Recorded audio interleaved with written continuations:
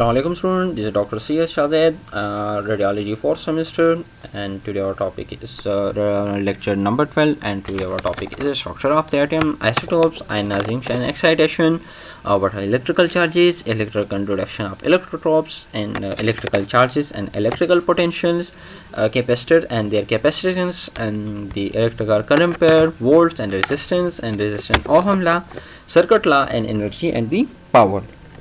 सो फरमाने हज़रत अली रज़ा अन्हु के ज़ुबान का वज़न बहुत ही हल्का होता है मगर बहुत ही कम लोग ही इसको संभाल पाते हैं। ये हज़रत अली रज़ा अन्हु का कौल है जो उन्होंने कहा कि ज़ुबान का वज़न बहुत ही हल्का होता है, ठीक है, लेकिन मगर बहुत कम ही लोग इसको संभाल पाते हैं।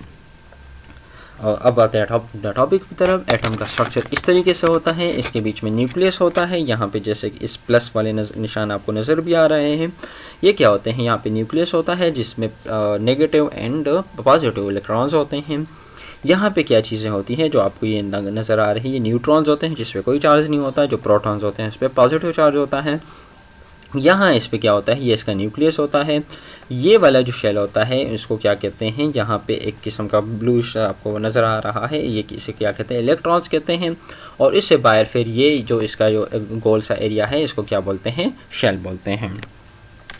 The basic structure of atom includes tiny, relatively massive nucleus containing at least one proton or usually one or more neutrons.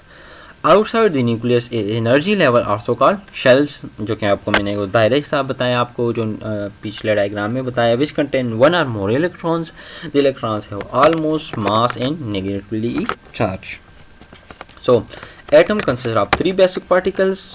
ये भी डिफिनीशन कर सकते हैं जो कि प्रोटॉन, इलेक्ट्रॉन, न्यूट्रॉन्स पे होते हैं। इसका न्यूक्लियस सेंटर में होता है और वो प्रोटॉन्स पे उसमें होते हैं, न्यूट्रॉन्स भी इसमें होते हैं। आउटर मोस्ट रीजन जो उसका होता है वो इलेक्ट्रॉनिक शेल कहते हैं जिसमें इलेक्ट्रॉन्स होते हैं जो कि नेगेटिवली चार्ज होते हैं। आइसोटोप्स क्या होते हैं, any of two or more form of chemical elements having the same number of protons in the nucleus are the same atomic number but having different numbers of neutron and nucleus and different atomic radius की definition थी। Isotopes variants of particular chemical elements which are different in neutron number and considerably nucleon number. All isotopes of a given elements have the same number of the protons and different numbers of neutron in each atom. Ionization and excitation. Excitation is the result of energy being given to an electron moving at an high energy level. It will be still orbit the nucleus unless the electrons level energy greater than ionization energy level. Enough energy is given to the electron to remove it from the atom is called ionization occur. So electrical charge and electrical potential. Electrical potential is also called electrical field potential या potential drop of electrostatic potential. It is the amount of work needed to move a unit of charge from the reference point to the specific point inside the field without producing an acceleration. In classical electrostatics, the electrical field is a vector quantity in which express the gradient of electrostatic potentials. ये किस्म की इसकी definition है, जो above ऊपर वाला definition है ये आपके लिए एक आसान सा इसका डिफिनीशन आ सकता है। कैपेसिटेंस क्या होती हैं, ये एबिलिटी होती है एक सिस्टम की इलेक्ट्रिक चार्ज को स्टोर करने की। The ratio of change in electrical charge in A system correspond changes in the electrical potential, और इसका सिंबल जो होता है वो सी से होता है। कैपेसिटर क्या होते हैं, आप सबको पता है, एक डिवाइस होता है जो कि इलेक्ट्रिकल एनर्जी को क्या करता है, स्टोर करता है इलेक्ट्रिकल फील्ड में। और ये पैसो इलेक्ट्रॉन्स कंपोनेंट होता है जो कि टू टर्मिनल इसके होते हैं और इसको क्या कहते हैं, कैपेसिटेंस बोलते हैं। ये जो इसको जॉर्ज वॉन क्लेसिस ने इसको इन्वेंट किया था।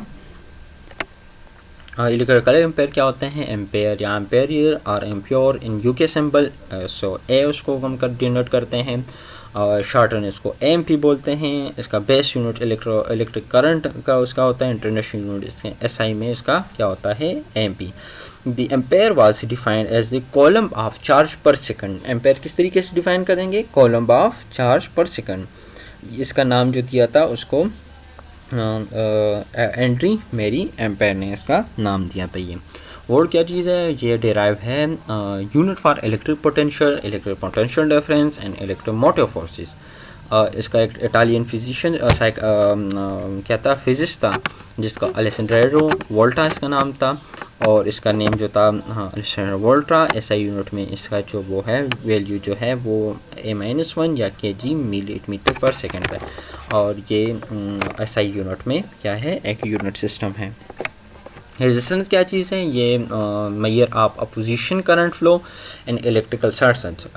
Resistance is a measure in ohms and symbolized by Greek letter omega. Omega से इसको क्या करते हैं, सिम्बलाइज करते हैं, जिसका नाम जॉर्ज सेमन ओहम ने 1784 में उसका एक जर्मन साइंटिस्ट था, उसने फिर क्या किया था, उस पर और उसको नाम दिया था। Ohm law क्या चीज़ है, a law that states the voltage across a resistor is directly proportional to current flowing to the resistance.